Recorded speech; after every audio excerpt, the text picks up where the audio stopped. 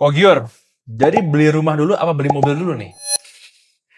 Ya, kalau gue sih jawabannya nggak dua-duanya gitu. Kalau lu mau jadi pengusaha baru mulai buat anak-anak muda, ya nggak usah pikirin itu dulu gitu loh. In fact kalau lu mikirnya itu artinya lu belum punya duitnya biasanya gitu ya. Jadi kalau gua mikirnya tergantung lu mau kemana, lu mau apa gitu loh. Tapi kalau lu ngelihat rumah dan mobil sebagai sebuah reward atau gratification, ya delay the gratification sejauh mungkin gitu loh. Tapi kalau lu ngelihatnya dengan kacamata yang lain, biasanya kacamatanya salah. Tapi kan rumah investasi Nah katanya lo. itu kacamata salah yang gue bilang. Siapa bilang rumah itu investasi? Wah, kalau disebut bahaya nih. Kenapa rumah investasi? Karena cenderung harganya bisa naik, Ya, katanya. yang naik harga rumahnya apa harga tanahnya? Mungkin dua-duanya gimana? Enggak. Harga rumah selalu depresiasi. Dari lantai ke bawah itu yang kan rumahnya catnya makin jelek, gentengnya makin jelek, depresiasi dong. Tapi tanahnya yang naik. Nah, tanah naik itu investasi apa spekulasi? Spekulasi. Spekulasi. Kenapa? Karena nggak ada yield. Ya dong. Kecuali lu beli tanah, lu bangun rumah, habis itu lu sewain. Itu investasi, yield. Ada yieldnya. Gitu loh. Jadi, for me, kalau orang bilang rumah itu investasi, most likely dia dibohongin sama agen propertinya. Tapi kalau misalkan dia tadi kan pengusaha, tapi kalau dia karyawan gimana? Oke. Kalau karyawan, beda cerita lagi. Rumah jadi tempat terpaksa untuk menabung. Daripada lu jadinya duitnya nganggur, by the way namanya disposable income. Ya, daripada disposable lu jadinya adalah liburan kemana lagi ya, sneakers baru apa lagi ya, ya mendingan lu nabung di cicil rumah ya nggak apa-apa gitu loh. Tapi kalau lu seorang pengusaha, ada yang namanya opportunity cost. Opportunity yang lu lakukan, lu keluarkan hari ini tidak bisa lu keluarkan untuk hal yang lainnya gitu loh. Jadi ketika lu membeli rumah, berarti lu nggak punya opportunity untuk besarin usaha lu. Nah, itu ketika lu memilih. Beda cerita ketika itu udah bukan jadi pilihan. Lu punya duit ya, gue punya duit yang beli rumah, gue punya duit untuk gedein bisnis gue. Berarti sudah tidak ada tuh opportunity cost-nya. Nah, di saat itu menurut gue tepat lu beli rumah. Begitu. Tapi kalau dia karyawan juga ada opportunity cost-nya dong. Kalau dia misalkan invest di Bitcoin, Ya makanya, saham, atau apa, bisa juga kan? makanya itu gue bilang, lu ngelihat rumah sebagai apa? Kebanyakan orang ngelihat rumah ini ada 4 hal nih. Yang pertama dia ngelihat itu sebagai tempat tinggal. Yang kedua dia ngelihat itu sebagai investasi. Yang ketiga dia ngelihat itu sebagai menabung.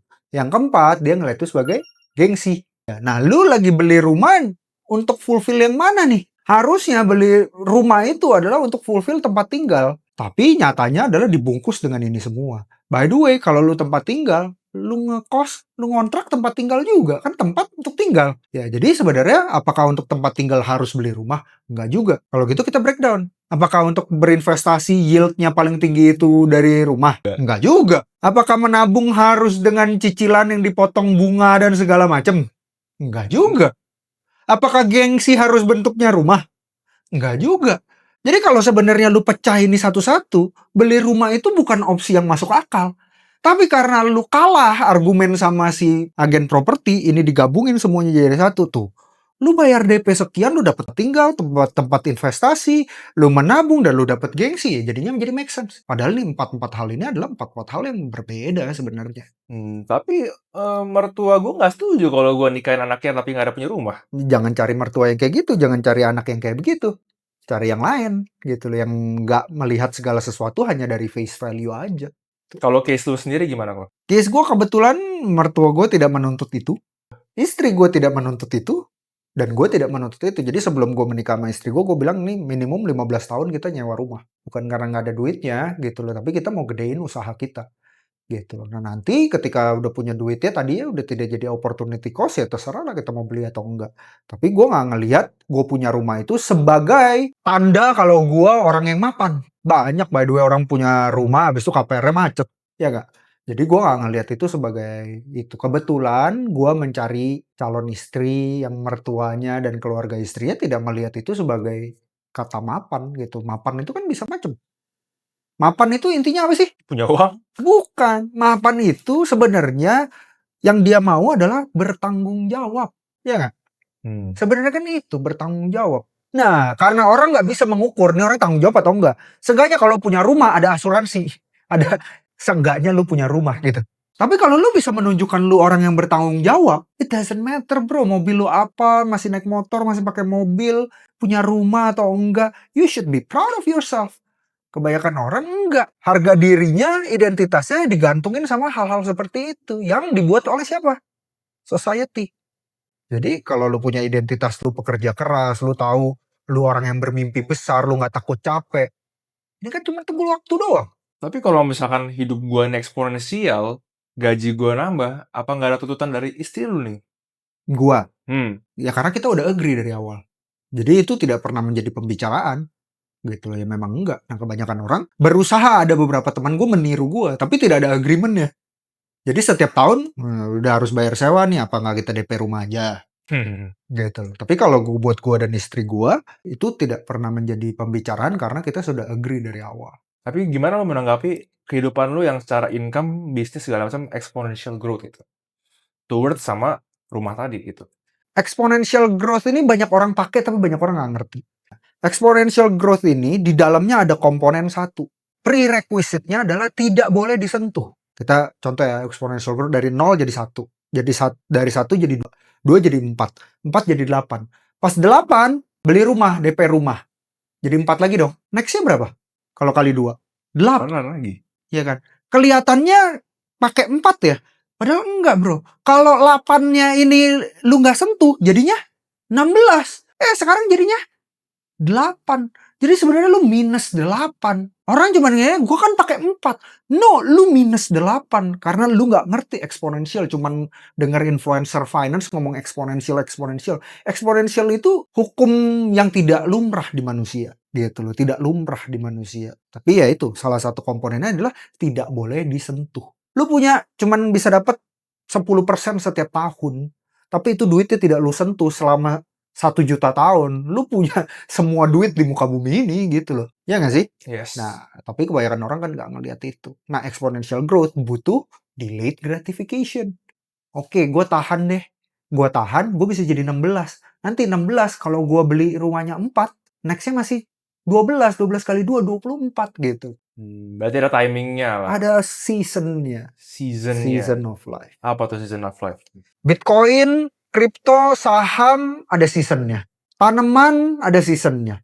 Politik ada seasonnya. Binatang ada seasonnya. Cuman manusia yang tidak pernah melihat hidupnya sebagai season. Ya nggak? Jarang kan dengar orang bilang, oh hidup lu tuh ada seasonnya. Yang mereka lihat adalah umur 25 tahun harus apa. Itu bukan season. Season itu tidak melihat waktunya, tapi contoh ya, musim menabur. Dia ngelihat dong, tanahnya lagi gimana, suhunya lagi gimana, keadaannya yang dilihat, bukan timingnya. Timingnya kadang-kadang bergeser. Memang kadang-kadang ada juga sih ritmenya gitu loh, tapi kadang bergeser, dia melihat keadaannya. Nah, lu harus melihat ini season hidup gua ini lagi menabur, lagi delaying gratification, atau lagi panen. Kebanyakan orang denger nih, influencer bilang adalah lu harus invest Bitcoin gitu ya. Bagus gak? Bagus. Tapi ini ditaruh di season yang salah. Jadi salah. Lu belum punya duitnya, penghasilan tidak menentu, habis itu lu berinvestasi. Itu seasonnya tidak tepat. Kalau seasonnya tidak tepat, hasilnya tidak akan tepat gitu loh. Jadi semua rumus, strategi, apa yang lu lihat di sosmed, lu bayar di grup-grup VIP, grup-grup berbayar, itu harus ada satu lagi, konteks seasonnya tuh apa gitu. Nah, konteks season itulah yang menentukan keputusan kita harus apa. Tapi kalau misalkan gue beli Bitcoin sekarang kan bisa jadi lebih tinggi nanti ke depannya gitu. Kalau nanti gue tunggu ada duitnya, aduh udah tinggi harga Bitcoinnya. Oke, sekarang gini, gue kasih tahu. Sekarang gue beli sekarang nih, duit gue cuma 1 juta. Ya, gara-gara gue beli Bitcoin, gue jadi makan kurang. Karena gue makan kurang, tenaga kurang. Karena tenaga kurang, otak nggak konsen.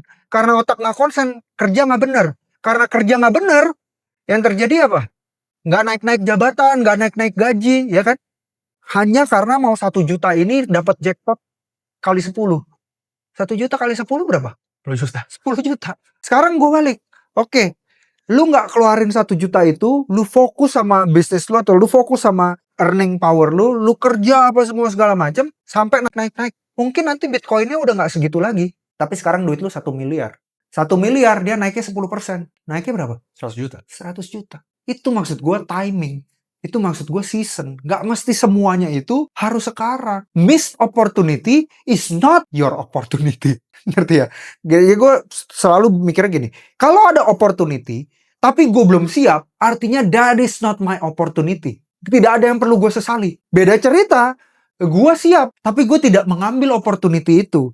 Ya, itu a missed opportunity. Ya, banyakan orang ngeliat, aduh, Bitcoin ini lagi turun nih, lagi koreksi nih. Ini saatnya, tapi nggak punya duitnya. Terus dia bilang, aduh, miss gue. No, it's not a miss. It's not your time. Berarti influencer yang mungkin sekarang umur 25 atau masih under 30, sekarang mereka beli rumah atau beli mobil nih. Apa mereka berarti nggak ngerti season of life berarti? No. Kalau mereka memang beneran bisa, bukan flexing ya, artinya mereka is just an extraordinary individual yang dia punya circumstances mendukung untuk itu. Yang gue lagi ngomong adalah orang-orang dan kebanyakan orang yang sebenarnya tidak ada di level itu gitu loh. Ya wajar-wajar aja dong kalau gitu, kalau enggak gitu. Dan gue pengen tunjukin, bukan berarti lu CEO, lu punya perusahaan omset belasan miliar setahun dan lu harus beli rumah. Buktinya gue enggak gitu loh. Kenapa? Gue mau tunjukin ke orang-orang, bukan itu aja kok. Lu mau kelihatan respectable, bukan itu kok caranya, ada cara lain kok. Lu mau kelihatan berhasil, bukan itu aja kok, ada cara lain kok. Sekarang cara paling gampang salah satunya lah untuk nunjukin kalau kita berhasil itu dengan beli mobil biasanya, ya kan? Nah, kapan kita di saatnya ini beli mobil worth it nih? Kapan timingnya yang ideal gitu? Oke, mobil itu pada hakikatnya apa? Transportasi A ke B. Exactly. Kalau gitu, sepeda bisa gak? Bisa, tapi capek. Bisa. Ya, cuman ada kosnya capek. Betul. Motor bisa gak? Bisa, tapi panas. Tapi panas. Taksi bisa gak? Bisa, tapi lebih mahal. Oke, mahal kalau dibanding sama apa? Kebanyakan orang salah membandingkannya. Dia mikir, aduh gue naik Grab PP 200.000 gitu ya. Ini kalau gue jadi cicilan udah apa segala macam gitu kan cara pikirnya kan. Betul. Tunggu dulu. Lu udah bandingin bener belum? Bandinginnya sama apa? Bukan cuman biaya gua ini doang, tapi satu, bensin. Tapi biasa orangnya ya cuman sampai di situ aja. Yang kedua, maintenance. Oke lah, maintenance gratisnya nggak apa-apa. Kalau yang lain-lain, ada maintenance yang lain-lain, bisa jadi nggak tercover. Habis itu, penyusutan. Nah, ini yang orang nggak pernah hitung. Mobil itu penyusutannya setahun tuh bisa berapa? Di atas 10%. Harusnya itu lu masukkan tuh. Ya kan, misalnya mobil lu 300 juta, ya kan? Penyusutannya 10% aja kan 30 juta. 30 juta bagi 12 dong. Iya nggak? 2,5 juta lah anggap gitu. Gitu loh. Nah, jadi ada hal-hal seperti itu. Ini gue ngomong buat anak-anak muda yang di persimpangan jalan ya. Bukan gue ngomong ke orang, wah udah punya duit nggak? Bukan. Ini buat orang yang kayak, mana dulu nih prioritasnya? Bangun bisnis gue dulu atau kelihatan keren dulu? Ya definitely bangun bisnis lu dulu lah. Gitu loh. Karena satu, mobil itu bukan aset memang. Kalau lu pajak, itu aset gitu ya. Tapi aset kan definisinya menghasilkan uang. Gitu. Nah, mobil tidak menghasilkan uang. Mobil membuat convenience. Membuat kemudahan. Betul. Tapi apakah convenience itu sudah lu butuhkan? Bisa jadi convenience itu is a luxury yang you cannot afford yet. Nah, kalau memang itu, jangan. Jadi kapan lu tanya gua bisa beli mobil apa segala macam? Satu adalah ketika lu ngelihat cost untuk gua transport selama 1 bulan lebih gede daripada gua punya bensin, gua punya maintenance, gua punya tax, gua punya penyusutan. Dan maybe you should buy your car. Nah, sekarang Abi pasti banyak nih yang nonton udah terlihat cicilan mobil, ya kan, cicilan KPR. Bingung nih, gimana caranya gue ngatur duit nih? Lu ada tips nggak ngatur duitnya? Ya kalau udah salah menentukan, caranya apa kalau investasi? Salah pilih, salah masuk. Cut loss. Exactly it. Ya udah cut your loss. Udah nggak usah dibayar lagi. Nah, orang nggak bisa itu. Karena apa? Ada yang namanya sunk cost fallacy. Kan udah tanggung. Pernah denger sunk cost Yes. fallacy? Sunk cost fallacy paling ininya gini. Lu nonton bioskop, udah nonton 1 jam. Masih ada 1 jam lagi. Tapi di 1 jam itu lu bilang, ini film goblok banget nih. Tolol gue, ngapain gue nonton ini. Dan lu bilang nggak keluar. Karena apa? Udah 1 jam lah, Udah bayar tanggung tiket. lah, udah bayar tiket lah, habisin lah. Padahal 1 jam yang kalau lu keluar itu, lu bisa pergi ke tempat yang memberikan ROI lebih tinggi di dalam cut loss lu itu. Nah, kebanyakan orang nggak bisa berpikir seperti itu. Ah, kan udah cicil 1 tahun. Iya, tapi gara-gara lu lanjutin cicilan, lu berdarah, lu depresi, lu stres, lu ini. Mendingan gua cut loss. Selesai. Gua mulai baru lagi.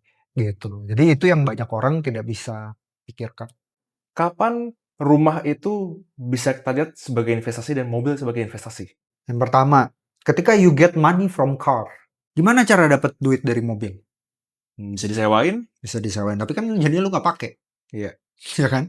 The reason you buy your car adalah untuk lu mau lu pakai. Berarti itu bukan investasi. Tapi ada satu cara. Lu bisa dapat duit dari situ. Gue pernah dengar, this is not my style, tapi gue pernah dengar 20 tahun yang lalu. Gue punya teman, bapaknya arsitek, kerjanya dapat project-project kecil, renovin toilet gitu-gitu kan. One day dia bilang sama istrinya, anaknya 3 masih kecil, dia bilang, do you believe in me? Oke, kalau gitu no question ask ya. Dia ambil semua tabungannya, dia beli BMW. Sekarang dia pergi ke klien, bawa BMW. Dia bilang, sekarang gue ini kelasnya BMW. Levelnya bawa BMW. Gue nggak main lagi project-project renov Kecil. toilet, renov Iya. apa, kayak begitu. Nah, akhirnya sekarang jadi orang kaya banget. Itu belum ada sosmed tuh. Ya, jadi yang lu lihat sekarang Lambo-Lambo itu cuman ngopi zaman dulu itu aja. Jadi itu bisa nggak kejadian? Bisa. Tapi kebanyakan orang nggak ngelihat mobilnya sebagai strategik kayak begitu. Cuman jadi convenience tadi, pamer-pamer tadi. Ya nggak ada jelas duitnya tuh apa. Kalau dia jelas.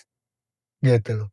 Nah, yang kedua, rumah sama. Gimana caranya rumah bisa jadi investasi? Ketika lu sewain. Nah, kalau rumah yang lu mau tinggalin forever and ever di situ, itu selama-lamanya tidak akan jadi investasi. Harganya mau naik pun lu nggak mau jual. Ya nggak sih? Iya. Gitu loh. Jadi investasi kan ada banyak macam ya. Kenapa harus ngelihatnya di dua itu? Definitely mobil is not an investation ya. Susah sekali gitu. Kecuali mobil yang levelnya supercar, ada tuh harga naik. Kalau mobil yang nggak supercar, biasanya yang naik cuman Innova. Selain itu, semuanya kan nggak ada yang naik. Jadi, gue nggak bisa bilang itu investasi gitu loh. Kalaupun harganya naik, itu bukan investasi juga kan gue bilang ya, harus ada yield-nya. Itu baru investasi. Kalau tidak ada yield, namanya spekulasi. Begitu. Jadi, kalau lu tanya gue, kalau lu mau investasi, dan lu belajar investasi, lu tahu kalau itu dua bukan investasi. Tapi kalau cerita yang tadi arsitek beli BMW, harus di-combine sama skill-nya dulu dong? Iya dong. Iya kan? Iya dong. Kalau Kalau dia nggak gak sama ada aja skill-nya bohong. sama aja bohong gitu. Makanya itu tadi gue bilang strategic. Gitu. Dia bilang, I'm better than this. Gimana caranya orang tahu I'm better than this? What is the easiest way? Itu yang dia lakukan. Bukankah orang lakukan ini dengan personal branding contohnya sekarang? Ya nggak? Kan sama aja ya. Tapi berapa banyak lu lihat orang, ya gue lihat juga sih creator-creator, business creator apa segala macem. Yang sebenarnya kagak ada isinya otaknya. Dia itu cuman pembawa berita, news anchor. Ada yang ngerisetin, ada yang bikin skrip. Ini gila sih. Lu kayak begini, lu begini. Tapi sebenarnya kalau lu beneran ngobrol sama orang ya, kosong otaknya. You gotta back it up with something. Jangan kosong-kosong amat. Tapi setelah lu punya sesuatu yang memang lu tahu valuable, you gotta market it. Nah itu yang kebanyakan orang salah kaprah. Jadi dia lebih memikirkan tentang gengsi. Kalau yang tadi bapaknya teman gue ini, strategik. Bukan gengsi loh. Tapi kalau dibalikin lagi, lu bakal ngelakuin hal yang sama. Beli BMW ke tempat klien gitu misalnya. Gua enggak. That's just not my style. Even though I know bisa terjadi, gue tahu ini, tapi that is not my style. That is not my values. Ada yang salah nggak dengan itu? Ya, ada. Nggak juga. Nah, kebanyakan orang valuesnya bukan begitu, tapi dia pikir itu satu-satunya cara. Jadi gue lakukan. Jadi gue flexing. Jadi gue ini, gitu. Nah, ya lu orang kenal gue bukan karena mobil gue mahal, rumah gue mewah. Iya gak? Lu orang kenal gue mau bareng-bareng gue karena apa? Value? Karena value gue. Karena bukan cuman value, bukan cuman pengalaman, tapi I'm willing to share. Nah itulah leverage gue. Nggak perlu leverage-nya BMW. Even though bisa aja satu hari nanti gue berpikir, I think this is a marketing ini buat lini bisnis gue A. Bisa jadi. Tapi kalau buat guanya, Dan yang efeknya ke orang sekitar ini buat gue that's just not my style. Gue bisa prove dengan yang lain-lain. Dengan karya, dengan the way I talk, the way I sell, gue bisa lakukan itu. Oke, ini pesan terakhir nih, ke anak muda yang mungkin umur 25 sampai 30 yang baru pegang duit nih. Dan mereka di persimpangan pertanyaan tadi yang di awal. Nah, ada pesan apa kok? Angka harapan hidup manusia itu 78 tahun. So, kalau lu umur 20, perjalanan lu masih berapa trip lagi? Wah, panjang, 3 60, trip 3 lagi kalau trip lu umur lagi. 20. Kalau lu umur 25 tahun, masih 2 trip lagi, ya kan? Kalau lu umur 30, masih 1,5 trip lagi. So, jangan ngerasa kayak lu udah orang paling kaya gitu. Even though itu manusiawi, gue pun pernah ada di fase itu. Tapi if you think about long term game, segala sesuatu yang ditarik panjang jadi baik. Contohnya? Contoh, gue bilang gue mau punya perusahaan 1 juta US dollar in revenue. Kalau gue bilangnya adalah gue mau achieve ini dalam 20 tahun, gue akan tetap menjalankan dengan standar moralitas yang baik. Tapi gue bilang gue mau 1 juta US dollar, tapi gue butuh besok. Game-nya beda jadinya. Tiba-tiba yang gue korbankan apa? Moralitas. Itu kenapa orang-orang yang bijak itu selalu tua-tua. Karena mereka melihat dengan jangka waktu yang lebih panjang. Nah pertanyaannya, gue pernah berdoa. Gue bilang, gue mau having a good life. To have a good life, you need wisdom. To have wisdom, lu harus ngelihat panjang. Untuk ngelihat panjang, lu butuh experience. Nah, gue bilang sama Tuhan, gue mau gue umur 20-30 to have a good life. To have a wisdom kayak orang umur 60-70 tahun. Karena kalau gue punya wisdomnya nanti umur 70 tahun, gue cuma bisa nikmatin good life 8 tahun. Jadi gue maunya dari sekarang. Nah ternyata caranya adalah dengan berpikir jauh ke depan. Dengan lu berpikir jauh ke depan, lu nggak sembrono. Gitu.